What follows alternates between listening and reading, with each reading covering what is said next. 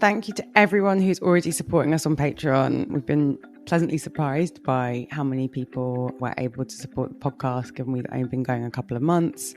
We are going to come back in September, but we can't continue indefinitely unless we get more supporters. So please visit patreon.com and support the podcast today. As socialists, we believe in that great Marxist principle, from each according to their ability, to each according to their need. And that's reflected in the 3 levels of support we've created, because we can't speak to your ability, but we can speak to our need. We're going to need you to put your money where your ears are. We have 3 packages. The Wokerati package, £3 a month plus VAT. The Prosecco Socialist, £10 a month plus VAT. And the Ultimate Comrade, £50 a month plus VAT. Bearing in mind, you don't have to be a socialist to contribute. You just have to appreciate what we're doing. All of the packages include over the top, under the radar weekly bonus episode, access to the WhatsApp private community. We had a great night on election night with our WhatsApp community. Carys and I were in there all the way through the night, and the weekly newsletter. Prosecco Socialist, £10 a month, and the Ultimate Comrade, £50 a month, also include first to know about live and in-person events. So, if you have the money and you are enjoying this podcast, please, if you can, do. Hi everyone, it's Carys here. Just wanted to say that this episode of Over the Top and Under the Radar was pre-recorded at the end of July, so before all of the current events in the UK. Feels a bit weird not to be talking to you guys about what's happening, but Gary and I will be back in September to dig into everything that's been going on and how it's been reported. Stay safe and lots of love. Hi, I'm Gary Young. And I'm Carys Afoco. And we're mixing up this summer. We may be away, you may be away, and we thought we'd do something a little bit different and made an episode responding to listeners' questions. This is Over the Top, Under the Radar, Listener Mailbag.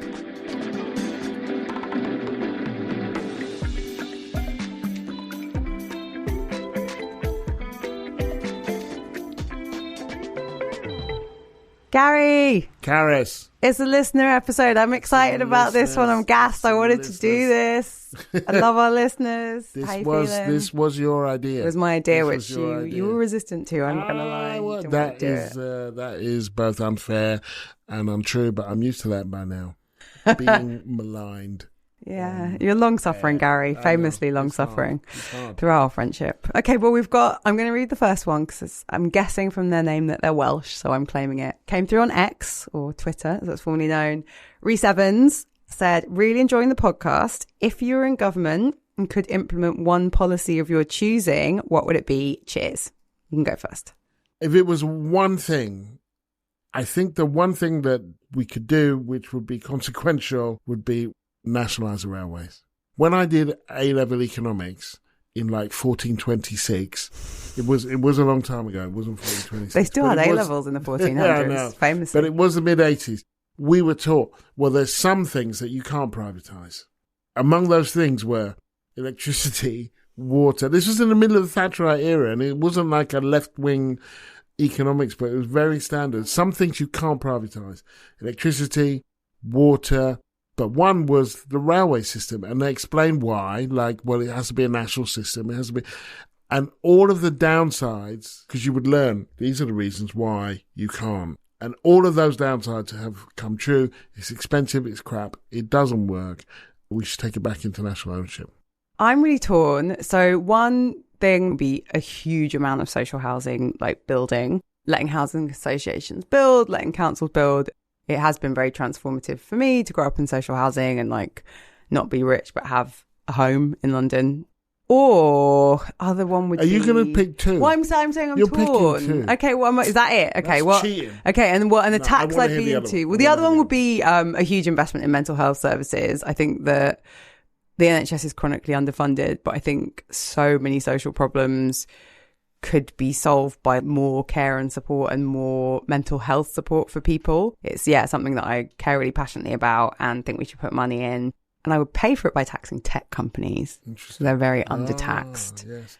Particularly CAMS, so that's Child and Adolescent Mental Yeah, Health that's the Services. acronym for young people. Because when people talk, we did a lot of work at The Guardian, a group of us, on what is called knife crime. And it's intriguing to me the way that knife crime is spoken about in terms of feral children, kids who don't love life, parents who don't love their kids, but don't talk about all the infrastructure that's been taken away from young people.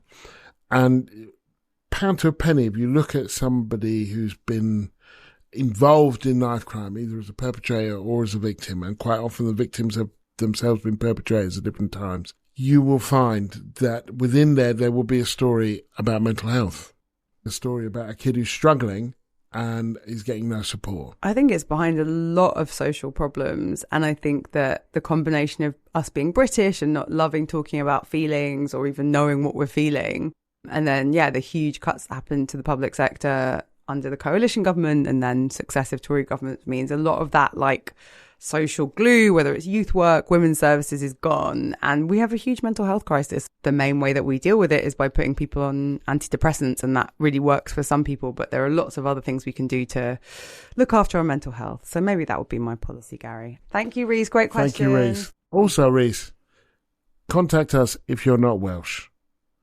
You're definitely Welsh. Reese Evans. I'm just saying. I'm not saying he is or he isn't. I know my people. That was super creepy. I'm sorry, Wales. Paul Downer. This is from, I'm just going to call it Twitter. I can't be bothered with Elon Musk nonsense. Hey, you two. Thanks for all your episodes up to this point. My question is a fairly simple one, but would love to know, where does the intro music from your podcast come from? Our producer says it's library music. Composers are Johan Svensson, Daniel Friedel, and Sven Lindvall.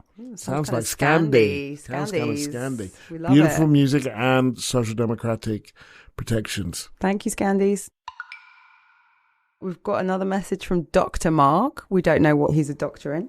I would love you to comment on the current political media moral panic about doing electoral democracy while being Muslim, and how the Trump shooting is being used to racialise and perhaps criminalise dissent and community politics in the UK. Thanks. This is a good one. What does it mean, doing electoral democracy while being Muslim, do you think? Well, I'm going to have a guess, and, Mark, come at us in the comments if we've got it wrong.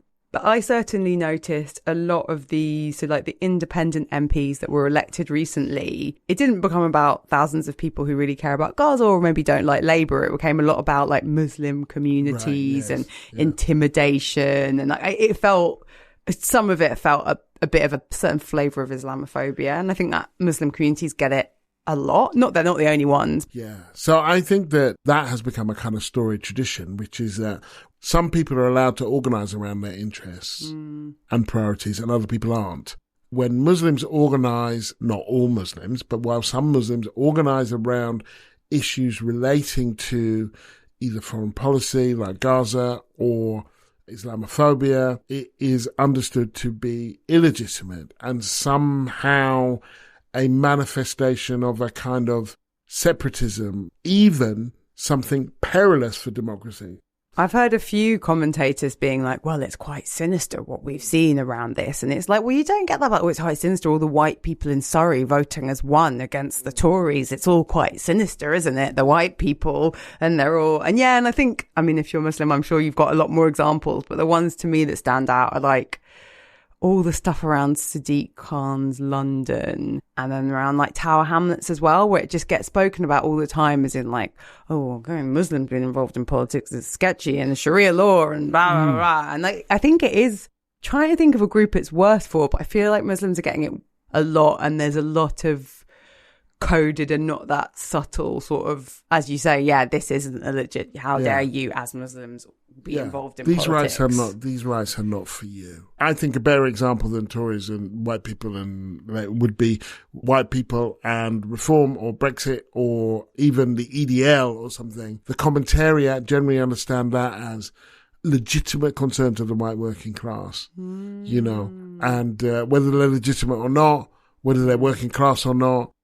One of the crazy ones I thought, and this isn't electoral democracy, it's just democracy in general, is if there's a cartoon or something that Muslims don't like and they come out and demonstrate and people say, well, they don't understand freedom of speech. And it's like, well, this is freedom of speech. Yeah, they That's what fully they're doing. understand it. Do you understand it? And obviously you can't make death threats, you can't do this, you can't do that.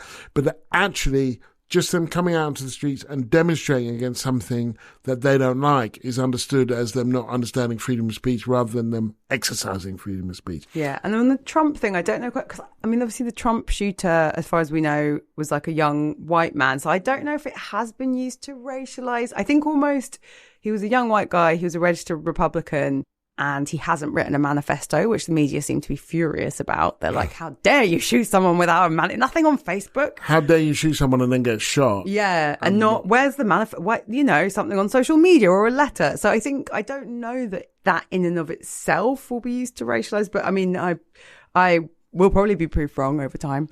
Yes, I'm not sure about the Trump connection, but definitely think it's really tough to be a political Muslim in this country. And be heard. Yeah, just get a lot of shit. Yeah. So this next one, we've got a voice note, modern technology, from someone who is a Patreon supporter. I like Patreons. Amazing, over on the WhatsApp community. Hi, Carys and Gary. Thank you so much for the Over Under podcast. I feel like I found you guys just in time to guide me through this election madness. I joined your Patreon and WhatsApp group early on. The chat alone is worth every single penny. So I very much had my head turned by the Greens and Independents this election, as Starmer was, shall we say, disappointing. You both have a lot of on-the-ground political experience. How do you think the Greens and Independents should organise and grow their vote share, particularly amongst Black and brown people? Thank you. Love what you're doing. Okay, well, first of all, I'd say the main takeaway is it's great to be a Patreon supporter, so please support us on Patreon. What do you think about Munachiso? I'm sorry if I'm not saying that correctly. How do you think the Greens and the Independents should organise? How do I think the Greens and the Independents? Particularly among Black and brown people. Well, I think that the first thing to do would be that where there were Green and Independents standing, I think they should convene. The candidates, the individual candidates should call their groups for a conversation, not an indifferent conversation for, just to chat, but for a conversation to talk about, that was an election. Now we got maybe 5 years. What will we do? Let's think of 3 priorities. And that, I think, in the room you vote, there are 3 and that's what we're going to do this year. Those are the things that we're going to concentrate on this year. Let's not talk about elections. Let's not talk about PACs. Let's talk about what's going on in our community, what we can do, what we should do. And then when it comes to election time, they will know each other. They will have worked with each other. They will hopefully have built up some trust. They will have identified what the kind of problems might be. And then each of them do their own separate things, come together for those things, but continue in your own separate ways. But certainly convene. We had a moment. Let's not lose the import of that moment. Let's turn that moment into a movement. I'm going to take that one from a slightly different angle, because obviously we have a record number of Green and probably not a record number of independent MPs, because I'm sure we had loads like in the 1800s or something. I would say, Caroline Lucas showed how effective a single MP can be for a party. But if I were, and as is known, I'm a Labour Party member, if I were working, and Gary finds it hilarious every time I say it, but if I were working with the Greens and the Independents, I'd be looking for them to be caucusing in Parliament, dividing up turf on issues, being like, this is the stuff we're aligned on. Maybe it's 2-child benefit cap.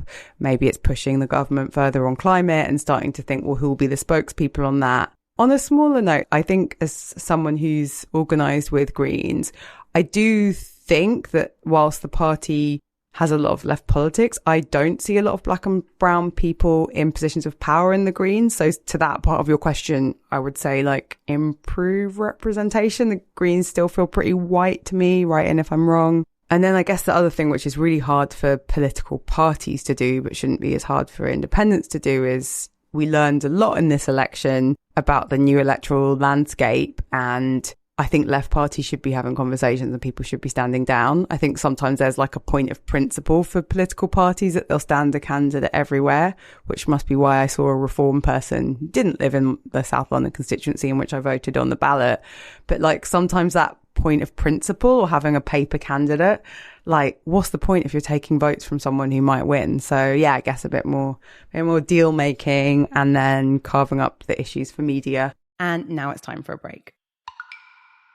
Big news, we're doing our first ever over the top, under the radar live event in September. Spend the evening with us and a special guest in London from 7 o'clock as part of London Podcast Festival. For all of you outside London, if this goes well, hopefully we will do other events. If you want to get tickets, you can visit kingsplace.co.uk for more information, but we'll also pin the link to our social media channels and in the show notes. Have some fun. It will be a great event. It will also be our first event, making history. Want to support us? Come along. We'd love to see you. The event will be at King's Place, which is just up the road from King's Cross in London, part of a building that was my old workplace at The Guardian. 5th of September, lots of places for socialist snacks. It's an evening event. Gary, Carys, please come along.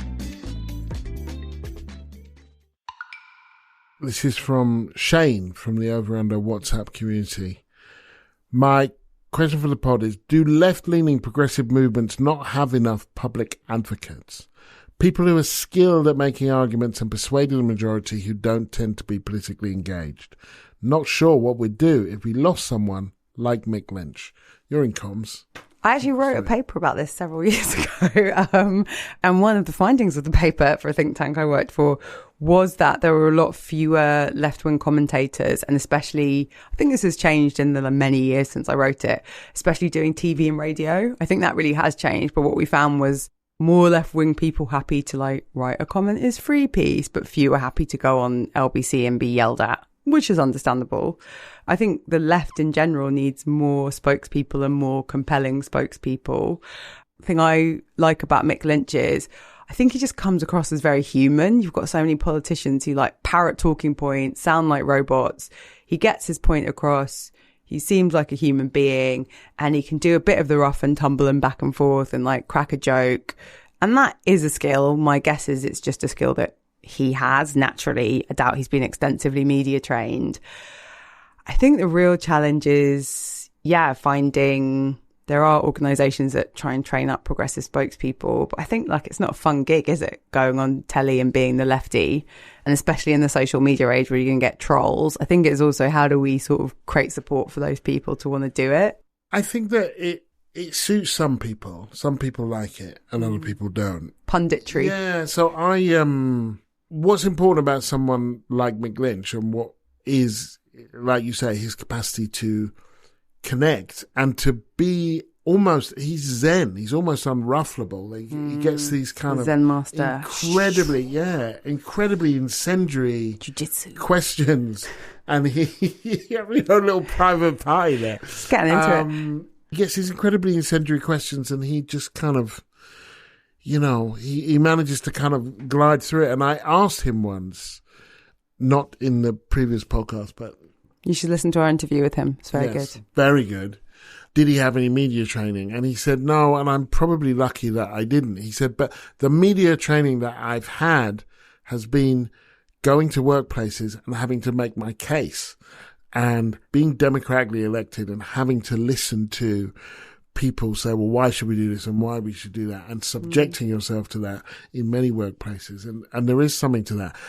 I've got to say, I think that one of the challenges that isn't fully understood is when the default position is a kind of neoliberal position, that then it's why I don't like doing punditry, is that you go on and it will be like, but Gary Young, isn't this political correctness gone mad? And you have 3 lines, you have 40 seconds in which to teach someone about the history of colonialism or the history of the Middle East. When the things that people know and the places that they're coming from are so weighted in one side, I find that like, well, thanks, Gary, that's all we got time for. Beep, beep, drive time. It's too infuriating. From Becca. Yeah. 2 questions. Dream dinner party guest, dead or alive, and death row meal, please. So my dream dinner party guest, I'd love Rosa Luxemburg. Ooh, that's a good one. That's a good big communist from the she was murdered in 1919, I think, by the that's a big German name. state. I'd love to hear from her. Nina Simone would be that would be someone I'd love to have dinner with. How about you? Okay, well, if we're doing a dead person, Steve Biko. South African, activist, hero, right? He wrote loads of cool stuff. He died way too soon. Again, probably killed by the state. Totally killed by the state. Yeah. That probably wasn't needed. I don't think the apartheid government's going to sue me.